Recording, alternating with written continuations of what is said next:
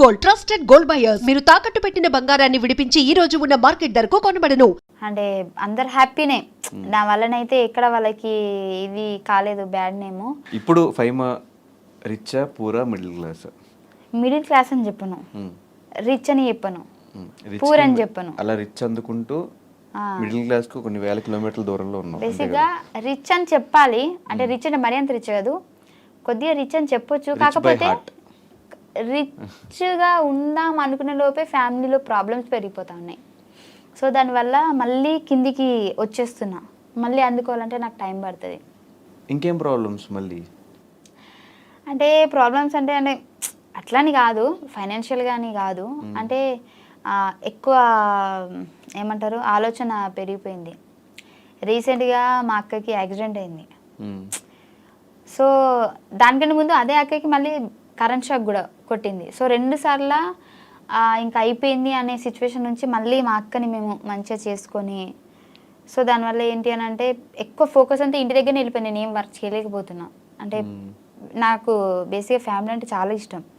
నా ఫ్యామిలీలో ఎవరికి ఈవెన్ మా అమ్మకి జ్వరం వచ్చినా కానీ ఇంకా వెళ్ళిపోవాలి, నేను ఇక్కడ ఉండొద్దు హైదరాబాద్లో, నాకు ఇంకా వద్దు ఈ హైదరాబాద్, నేను ఫస్ట్ పోయి మా అమ్మనే చూసుకోవాలి, మా అమ్మనే ఇంపార్టెంట్ అని ఇంత ఇష్టం నాకు. సో ఈ మధ్య ఒక్కరు కాకపోతే ఒక్కరికి ప్రాబ్లమ్స్ వస్తూనే ఉన్నాయి. నా ఫ్యామిలీ మంచిగా ఉంటే నేను మంచిగా ఉంటాను, నా ఫ్యామిలీ సఫర్ అవుతుంది కాబట్టి సో దాని నుంచి నేను బయటికి రాలేకపోతున్నా, ఇంకా ఎటు ఏం చేయలేకపోతున్నాను నేను ముందుకి. దానివల్ల కొద్దిగా ప్రాబ్లమ్స్ ఫేస్ చేస్తున్నా. సో కెరియర్ వైజ్ ఇప్పుడు ఎలా ఉంది? ఇంకా స్టిల్ అప్ అండ్ డౌన్సా లేకపోతే ఓకే సెటిల్డ్ కెరియర్ వైజ్? ఇప్పుడు అప్ అండ్ డౌన్సే ఉన్నాయి, ఇంకా చూద్దాం, పర్లేదు, టైం పడుతుంది మంచిగా అవ్వాలంటే. సో చాలా సందర్భాలు చెప్పు, బుల్లెట్ భాస్కర్ అన్న బాగా సపోర్ట్ చేశాడు జబర్దస్త్లో అని, ఒకసారి ఆయన గురించి ఏం చెప్తావు? ఆయన గురించి ఏం చెప్తా అంటే బేసిక్గా నాకు ఎవరు అన్నలు లేరు, ఎవరైనా ఉన్నారంటే భాస్కర్ అన్న అనే చెప్తా. ఎందుకంటే ఆయన సపోర్ట్ బేసిక్గా ఎంత మంచోడంటే, నాకు ఫస్ట్లో జబర్దస్త్కి వెళ్ళిన తర్వాత టీమ్స్ షిఫ్ట్ చేస్తున్నారు, అప్పటికి నేను జబర్దస్త్ ఎంట్రీ ఇవ్వలేదు, పటాస్ ఆగిపోయింది.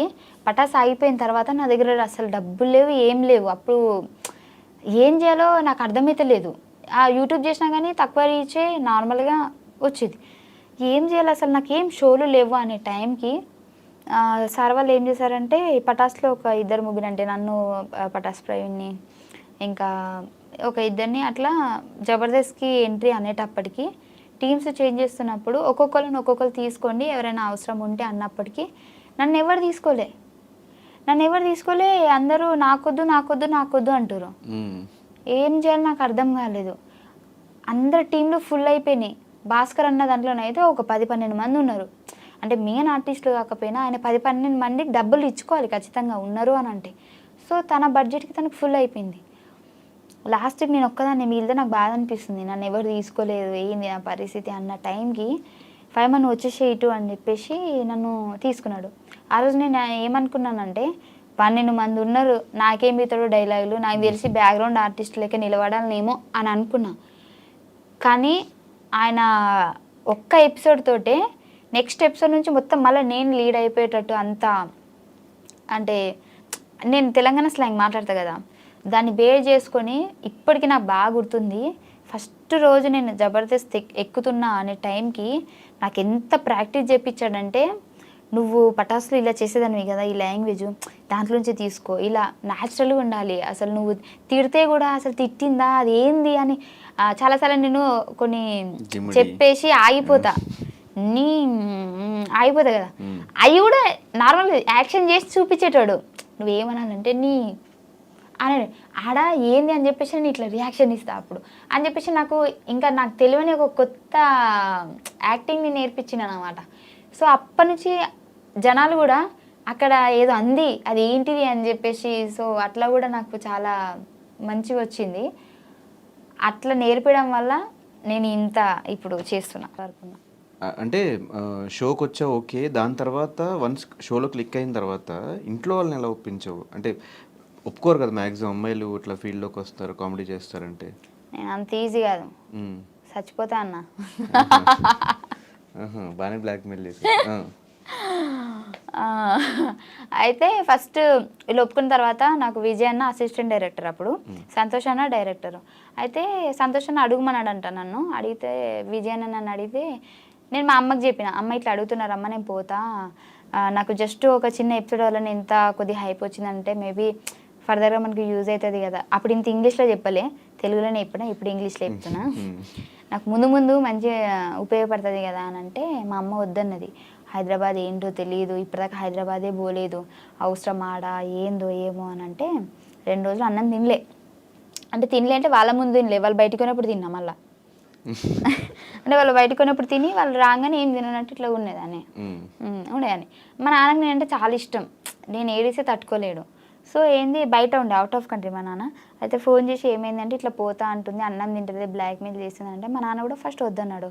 వద్దు బిడ్డ ఆడ ఇవ్వలేరు అది అని అంటే, ఆహా ఇట్లా చేస్తారు ఆగని అని చెప్పేసి డోర్ పెట్టేసి చచ్చిపోతున్నా అని అన్న. ఇక మా అమ్మ ఇక్కడ నేను ఇదైపోతున్నా అని చెప్పేసి వద్దు బిడ్డ వద్దు తీ పోదు తీ అని చెప్పేసి అప్పుడు ఒప్పుకున్నారు. అట్లా బ్లాక్ మెయిల్ ఈ బ్లాక్ ఓకే. కానీ 2.5 years పేమెంట్లు సరిగ్గా లేకుండా ఇంట్లో వాళ్ళు కూడా ఈవెన్ సమాధానం చెప్పుకోవడం చాలా కష్టం. 2.5 సంవత్సరాలు నువ్వు పని చేస్తున్నావు, డబ్బులు సంపాదించుకోలేకపోతున్నావు, ఎందుకు నీకు అవసరమా యాక్టింగ్ అంతా అనేవాళ్ళు కూడా ఉంటారు. 2.5 years నువ్వు అస్సలు ₹1 మిగిల్చుకోకుండా నీకు వచ్చిన దాంట్లో సంపాదించుకుంటా ఎలా ఉండగలిగావు అసలు? అంత ఇంట్రెస్ట్ ఏంటి నీకు యాక్టింగ్ మీద?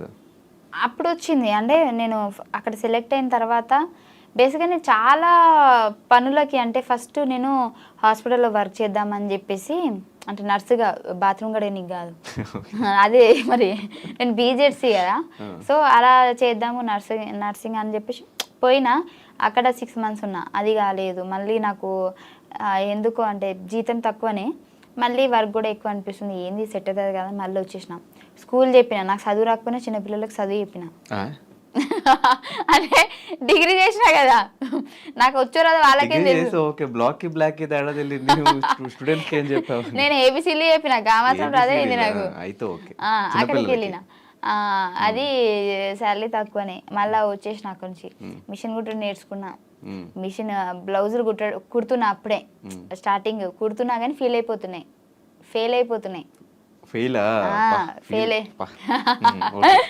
మా అమ్మకి పాపం ₹100 పెట్టి జాకెట్ ముక్క తీసుకుంటే కుట్టి దాన్ని చంపేస్తున్నాను అన్నమాట అప్పుడప్పుడే. ఇంకా మంచిగా ఉంటే మంచి డిజైనర్ అయ్యేదాన్నేమో, నీకు డిజైన్ అంటే డ్రెస్ కూడా కుట్టించేదాన్నేమో నాకు తెలిసి. కానీ ఆ దేవుడు అంత అక్కడితో ఆపేసిండు. ఆ తర్వాత నాకు ఇది వచ్చింది. నాకు దీంతో ఏంటి అని అంటే నాకు అర్థమైపోయింది, చాలా మంది నాకు ఆ ప్రోమో వల్ల, మా ఊర్లో కూడా మా అమ్మ ఎటన్నా కార్ఖానకు పోయినా ఎటు పోయినా కానీ మీ బిడ్డ టీవీలో కనిపించింది, మస్తు చేసింది అని చెప్పేసి ఒక చిన్న ప్రోమోతోనే హైప్ వచ్చేసింది. నాకు అనిపించింది దీంట్లో ఫ్యూచర్ ఉంటుంది అనిపించింది. సో నాకు యాక్టింగ్ రాకపోయినా సంతోష్ అన్న నన్ను 2 schedules ఎక్కియలే స్టేజ్, నేను నీకు నేర్పిస్తే ఎట్లా చేయాలనో అని చెప్పేసి. ఆయన డైరెక్టర్ అయ్యుండి కూడా, బేసిక్ డైరెక్టర్ అంటే నువ్వు ఇప్పుడు ఆడిషన్ ఇచ్చినా కానీ వాళ్ళు చేసేది చూసి నచ్చితే తీసుకుంటా, లేదంటే లేదు కదా. నాకు యాక్టింగ్ అంటే ఏంటో తెలియకుంటే, నాకు ఇప్పుడు వాళ్ళకి షో జరుగుతూ ఉంటుంది అక్కడ, నాకు ఇక్కడ కూర్చోబెట్టుకొని అలా కాదు ఇలా ఈ సెన్స్లో చేయాలి ఇలా అని చెప్పేసి స్క్రిప్ట్ కూడా ఆయనే చెప్పేటాడు. 2 schedules నాకు. ఆ తర్వాత నుంచి నాకు అలవాటైంది. మెమరీ పవర్ ఎక్కువ ఉంటుంది కదా నీకు? అవును, చిన్నప్పటి నుంచి అంతేనా? అట్లా అంటారు కానీ నిజంగా లేదు నాకు. మెమరీ పవర్ ఉండి మంచిగా చదువుకుని జాబ్ చేసేదాన్ని కదా. స్టడీస్ ఎట్లా ఉండే? టాపరా? 10th వరకు టాపే, ఇంటర్లో మీడియం, డిగ్రీలో లో. ఎందుకురా? డిగ్రీ కదా అప్పుడు. డిగ్రీ ఫినిష్ చేసావు అసలు? ఫినిష్ చేసా కానీ లాస్ట్ 2 sems రాయలే. ఎందుకు ఇంకా ఇటు వచ్చావు? అప్పుడు పటాస్కి వచ్చా. ఇంకా వద్దు మన లైఫ్ ఇదే, ఇంకా వద్దని ఫిక్స్ అయిపోయావు అనుకున్నా. అప్పటికి బేసిక్గా పోయినా ఫెయిల్ అవుతాయి కదా, ఎందుకులే అని చెప్పి సిటీ ఉన్నాయి అని. త్వరలో మా పెళ్ళి, త్వరలో మొన్న ఎంగేజ్మెంట్ అయింది, ఇవంతా ఏంటి? ఎప్పుడు పెళ్ళి? సాగబోతుంది అది కన్ఫామ్గా నేను చెప్పలేను. అంటే కన్ఫామ్గా అంటే పెళ్లి గురించి కాదు నేను చెప్పేది, ఎన్ని నెలలు టైం పడుతుంది నేను చెప్పలేను, బట్ త్వరలో.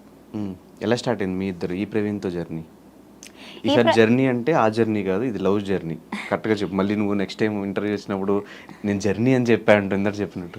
లేదు మన ప్రవీణ్తో జర్నీ ఎప్పుడు స్టార్ట్ అయిందంటే, బేసిక్గా ఈ పటాస్ ప్రవీణ్ మేము పటాసులో చేసాం కదా, అప్పటి నుంచే స్టార్ట్ అయింది. ఆ పటాస్ ఫ్రెండ్ కూడా తెలుసు. మీరు చూసుకున్నట్లయితే మేము ఎక్కడికైనా బయటికి వెళ్ళినా కానీ ఈ ప్రవీణ్కి ఆల్రెడీ క్లారిటీ ఉంది తనని నా లవర్ అని చెప్పేసి ఫస్ట్ నుంచి, పటాస్ నుంచి. తన ముందే మేము ముగ్గురం కూర్చున్నప్పుడు అరే మేము ఇట్లా జోడీ చేస్తున్నామంటే కూడా కొన్ని వీడియోస్ కూడా వీడి ముందే చేసాం మేము రూమ్లో. ఇప్పుడు పటాస్ ప్రవీణ్ రూమ్లో మేము కొన్ని వీడియోస్ చేసేవాళ్ళం కదా యూట్యూబ్కి. సో అప్పుడు వాడు అక్కడే ఉన్నట్టు వాడే కొన్నిసార్లు వీడియోస్ కూడా తీసాడు మాకు. సో ఏంటంటే ఎంకరేజ్ చేశాడు అబ్బా. అంటే కెమెరా వెనకాల ఉన్నాడు, వాడిని ఎప్పుడు నేను జనాలు చూపించలేదు కాబట్టి వాడిని బ్యాడ్ అనుకున్నాడు తప్పించి ప్రతి సిచ్యువేషన్లో నేను ఎక్కడ వీడియో చేసినా, ఇప్పుడు వాడు నేను పటాస్ ప్రవీణ్ నేను రూమ్లో ఉన్నామంటే ఇద్దరం ఉంటే అది ఎలా ఉంటుంది, కెమెరా వెనకాల వాడు ఉన్నాడు నాకు సపోర్ట్ చేస్తున్నాడు, బట్ అది ఎవరికి తెలియదు. అందుకే ఇప్పుడు ఇంత నెగిటివ్ అయిపోయింది. బట్ ఈ ప్రవీణ్కి తెలుసు అన్నీ. మేము ముగ్గురమే ఎటు వెళ్ళినా వెళ్తాము, మేము ఎక్కడ సినిమాకి వెళ్ళాలన్నా మేము ముగ్గురమే. జనాలు నేను అబద్ధం చెప్పినా అనుకుంటారు, స్టిల్ ఇప్పటికీ కూడా మేము పటాస్ నుంచి ఇప్పటి వరకు కూడా ఈ మా ప్రవీణ్ని లవర్ అని చెప్పలేదు, కానీ ప్రతి స్టోరీలో వాడు ఉంటాడు. నార్మల్గా మనం సినిమాకి ఎక్కడికైనా అంటే గేమ్స్కి అవి పోతాం కదా, ఇటు పటాస్ ఫ్రెండ్ ఉంటాడు, ఇటు వీడు ఉంటాడు, వెనకాల మా ఫ్రెండ్స్ ఉంటాడు, అందరూ మేము స్టోరీ తీసి పెట్టేస్తాము. నీకు అది కలిసి వచ్చింది. ఇప్పుడు చెప్పే స్టోరీలో ప్రవీణ్ ఉన్నాడు, కానీ ఆ ప్రవీణ్ ఈ ప్రవీణ్ కాదు, ఈ ప్రవీణ్ వేరే ప్రవీణ్, అంతే కదా? ఓకే. అది ఇద్దరు పేర్లు ప్రవీణ్ అవ్వడం వల్ల నా బుర్ర బదలైపోతుంది. నేను ఎట్లా అయిపోయి నాకు కన్ఫ్యూజ్ అయిపోతుంది, అట్లా అయిపోయింది నా పరిస్థితి. అంతే. అదే ఆ స్టోరీ చెప్పు, ఎలా స్టార్ట్ అయిందో మీ ఇద్దరికి. సో పటాస్ అప్పటి నుంచి స్టార్ట్ అయింది మాకు. అప్పటికి నాకు పటాస్ ఫ్రెండ్కి జోడీ కనెక్షన్ అవ్వలేదు ఇంకా. సో ఏంటి అని అంటే నాకు నేను ఆల్రెడీ వీడియో చెప్పాను, అందుకే షార్ట్ కట్లో చెప్తా. ఏంటి అని అంటే నాకు హైదరాబాద్ వచ్చిన తర్వాత నాకు ఎవరు పరిచయం లేదు బేసిక్గా. అంటే నేను మా అమ్మకి అబద్ధం చెప్పి వచ్చేసిన, నాకు ఇక్కడ ఫ్రెండ్స్ ఉన్నారు, అందరూ చూసుకుంటారు, అప్పుడు డబ్బులు లేవు మాకు, ఇక్కడ చూసుకునే వాళ్ళు ఉన్నారు మా ఫ్రెండ్స్, అది అని చెప్పి వచ్చా. కాకపోతే స్టిల్ ఇక్కడ జరిగేది ఏంటి అని అంటే నేను కన్వీనియన్స్ డబ్బులతోటి, మనం షూటింగ్కి వెళ్తే కన్వీనియన్స్ డబ్బులు ఇస్తారు కదా, దాంతో హాస్టల్లో ఉంటున్నాం. నాకు ఒక ఫ్రెండ్ ఉండేది, బట్ అది అప్పుడు లేదు, నేను వేరే హాస్టల్కి వచ్చేసా. కొత్త వాళ్ళందరూ పరిచయం అయ్యారు, మాట్లాడుతున్నా. సో నాకేంటి అని అంటే నా కోసం హైదరాబాద్లో ఎవరు లేరు అన్న ఫీలింగ్ వచ్చేసింది. అసలు నాకు ఇంపార్టెంట్ పర్సన్ ఎవరైనా ఉన్నారా అని అంటే ఎవరు లేరు అనిపిస్తుంది. అప్పటికి పటాస్ ఫ్రెండ్తో నాకు జోడి కనెక్షన్ లేదు, నేను వారితో మాట్లాడట్లేదు నేను. సో ఏంటంటే నాకు కొంచెం అనిపించింది, ఎలోన్గా అనిపించింది. సో అప్పుడు మా పక్కన మా హాస్టల్లో ఫ్రెండ్ వాళ్ళ ఫ్రెండ్స్తో అట్లా మాట్లాడుతుంటే నేను అన్నా, నాకు బోర్ వస్తుంది నిజంగా, అసలు ఏం అర్థమవుతలేదు, నా వాళ్ళు ఎవరు లేరు హైదరాబాద్లో అని అంటే, నార్మల్గా ఫ్రెండ్స్తో మాట్లాడితే మీ ఫ్రెండ్సా అని అంటే అవును అని అంటే, నేను అన్న ప్రాంక్ కాల్ చేస్తేనే వాళ్ళకి భయపట్టిస్తాను నేను అది అని అంటే సరేనే అని అన్నది. అట్లా స్టార్ట్ అయింది మా జర్నీ. ఆ రోజు నేను వాడికి ప్రాంక్ కాల్ చేస్తాను నైట్ 1 o'clockకి. సో కాల్ చేసి హలో ఏంటి మర్చిపోయావా అది ఇది అని అంటే, వాడు ఏం చేశాడు, దెబ్బకి నన్ను బ్లాక్ చేసేసాడు. బ్లాక్ చేస్తే మళ్ళీ నార్మల్ మెసేజ్ చేస్తాను, ఎందుకు బ్లాక్ చేసి అన్బ్లాక్ చేయలేకపోతే బాగోదు. అది చిన్న కరెక్షన్, అది బ్లాక్ కాదు బ్లాక్. ఓ అలా మార్చేసారా? సారీ మార్చారా, నాకు తెలియదు, నేను చదువుకున్నప్పుడు అట్లనే చెప్పారు నాకు. సో చేస్తే నేను మెసేజ్ చేయగానే మళ్ళీ అన్బ్లాక్ చేశాడు. అన్బ్లాక్ చేస్తే అప్పుడు మా ఫ్రెండ్ అన్నది, అరే ఇది ప్రాంక్ రా, మా ఫ్రెండే రా అని అన్నది. అని అంటే ఓ అవునా అని చెప్పేసి వాళ్ళిద్దరు మాట్లాడుకొని చాలా డేస్ అయిందిరా నిన్ను కలవక, వస్తున్నాం హాస్టల్ దగ్గరికి అని చెప్పేసి ఆ రోజు హాస్టల్ దగ్గరికి వచ్చాడు. వచ్చినప్పుడు నన్ను చూసి అలా కొద్ది రోజులు మాట్లాడుకున్న తర్వాత నాకేంది అని అంటే అప్పుడు తన కేరింగ్ బాగా నచ్చింది. అంటే కొందరు అనుకుంటారు ఏదో టైంపాస్కి ఫోన్ చేసిందంటే ఇది చిల్లరదేమో, లేదంటే దీని క్యారెక్టర్ వేరేలాగేమో అట్లా అనుకుంటారు కదా. కానీ వాడు అలా ఏం కాదు, వాడికి నేను మాట్లాడిన విధానం వచ్చి, ఎందుకంటే ఫస్ట్ మాట్లాడిన తర్వాత వాడు హర్ట్ అయ్యాడని తెలిసి సారీ చెప్పి జస్ట్ నార్మల్గా చేశాను అది అని మాట్లాడి అలా అయిపోయింది. అప్పటి నుంచి స్టార్ట్ అయింది మా జర్నీ. ఒక 10-15 days తర్వాత నేనే ప్రపోజ్ చేస్తే టైం కావాలన్నాడు. సర్లే అందంగా ఉన్నాడు కదా టైం అడుగుతారు అని చెప్పేసి సరే చెప్పు నీకు గంట టైం ఇస్తున్నా అని చెప్పిన. అడిగితే ఒక 2 days తర్వాత చెప్పాడు నాకు ఇష్టమే, బట్ ఇప్పుడు వాడు అప్పటికి ఫ్రాంక్ వాడిది వేరే జోన్ జాబ్, అందులో వాడు సిన్సియర్గా మంచి జాబ్ చేసుకుంటున్నాడు.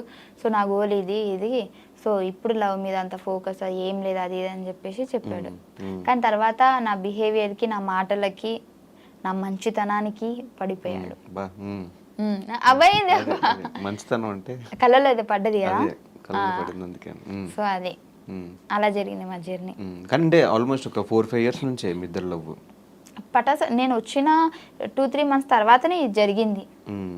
నేను వచ్చి 2-3 మంత్స్ సెటిల్ అప్పటికి అట్లా అవుతున్నా, అంటే సెటిల్ అంటే ఆ సెటిల్ కాదు, షోస్ ఒక 2 షోలు అట్లా పడుతున్నాయి మంచిగా. అప్పుడు పరిచయం అయింది నాకు. ఆ పరిచయం అయిన తర్వాత వీడితో నేను మాట్లాడుతూనే ఉన్నా, ఇది నాకు జోడీ కనెక్ట్ చేసేసారు. అది ఫస్ట్ ఎపిసోడ్కి మాది హైప్ వెళ్ళిపోయింది.